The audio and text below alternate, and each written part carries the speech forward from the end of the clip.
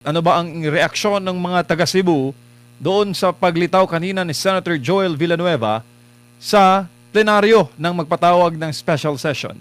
Kayo ba natuwa, mga taga Cebu? Well, siguro no, karamihan ng mamamayang Pilipino, hindi lang dito sa Cebu, ay dismayado talaga doon sa ginawa ni Senator Joel Villanueva at even nung ginawa din no ni Senator Chis Escudero. Kasi nga Senator Bato risk his life and limb no para lang makuha yung independence of the Senate no nung siya ay nandun at nagkaputukan pa nga diyan sa Senado. So dismayado tayo, ang mga Cebuano, mga Pilipino tungkol sa or doon sa ginawang pagtatraidor kumbaga ni Chis Escudero at ni Joel Villanueva. Although ako naman I've been already theorizing noon pa na the two weakest link no doon sa 13 ni Alan Peter Cayetano ay yung si Chis at si tawag dito si Joel Villanueva. So I was not surprised but still I was disappointed. Pero kung tatanungin mo ang mga senador, business is business. Ganun lang daw talaga sa Senado. Hindi naman daw bago. Pero sa publiko kasi, yung mga salitang treachery o treacherous, di ba? Yung pagtataksil, yung pang-oonse, iba dating sa masa sir. Well, MJ, no, at Admar, no, kung yung ordinary course of business and ordinary course of political actions dyan sa Senado and even sa Kongreso, pagpapalit ng liderato, tama sila, no, na trabaho lang yan, no, part of politics yan. Pero we are not in ordinary times. The Senate and the government of the Philippines is facing extraordinary scandal of historic and unimaginable proportions doon sa pagiging pangungurakot at pagnanakaw, no? Blatant daytime robbery of our national budget. So kaya tayo nadidismaya dahil nakikita natin at ng taong bayan na yung ginagawa nilang grab again no sa power is actually to protect the masterminds of this controversy kung saan all fingers, all roads no ngayon na nakikita na natin at naririnig natin mga testimonya ay papunta na nga sa Malacanang at the footsteps of Bongbong Marcos MJ. Oo, lalo pat malapit na ang impeachment. Anong tingin mo dito sa kanilang mga ginagawa? Mukhang malalim-lalim yung bala ng Kamara doon sa nalalapit na impeachment hearing ni VP Sara. Well, this is beyond impeachment, no? Impeachment andyan pa rin 'yan, no? Pero medyo mahirap, no? Yung 16 votes, no? Kasi nga yung 16 votes dapat guilty, no? Explicit yung requirement ng ating constitution. I think if I'm not mistaken, Article 11, Section 3, Paragraph 6, no?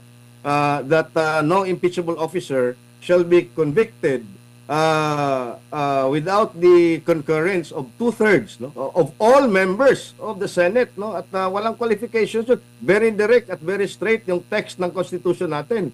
Hindi sinasabi na all members present or all members that are not in jail or all members that are not in hiding. Wala all members meaning 24.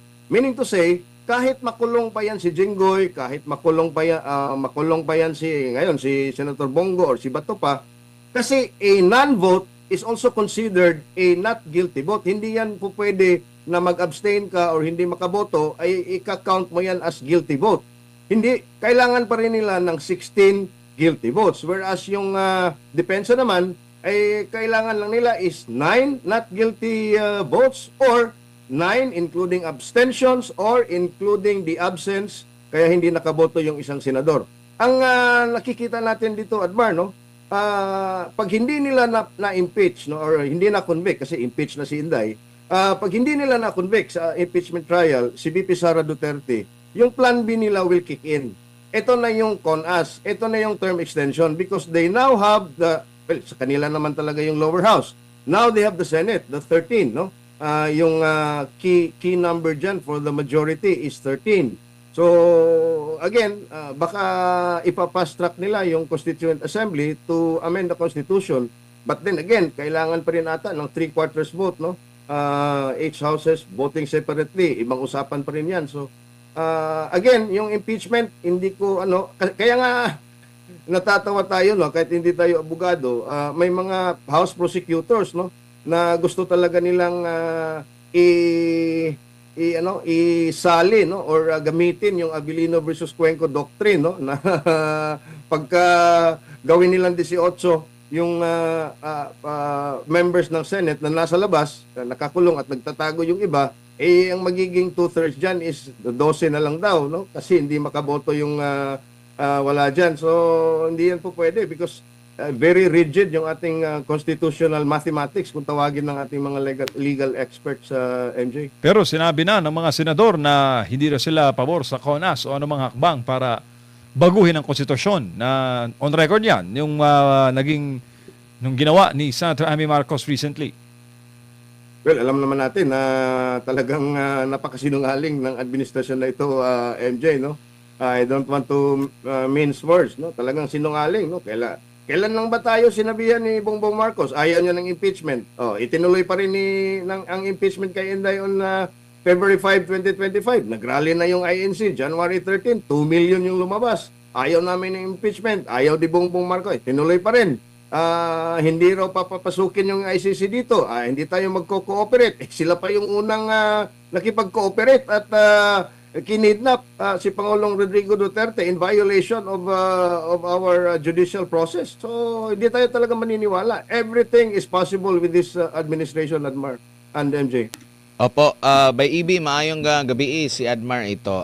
Kung totoo man yung mga alegasyon, no, na merong komandito ang Malacanang, mismo ang Pangulo, kasi napansin na natin last time nung nagkaroon ng questionabling reorganisasyon, nagpahayag agad sila na kinikilala nila ang Gatchalian Black, no? At naririnig din natin sa panig ng Cayetano Black na meron daw pagpe-pressure, na narinig na natin una kay Senador Amy Marcos, kay Senador Jinggoy Estrada mismo, at kay Senador Marcoleta.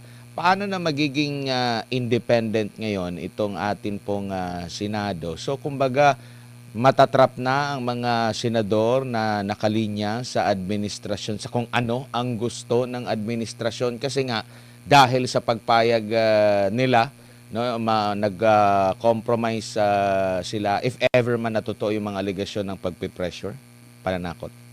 Well, yes, no. Now we are seeing, Admar and MJ, mga kababayan, na wala na yung independence, no. Dapat sana kasi independent co-equal branches of government, yung ehekutibo, yung lehislatura at yung judiciary.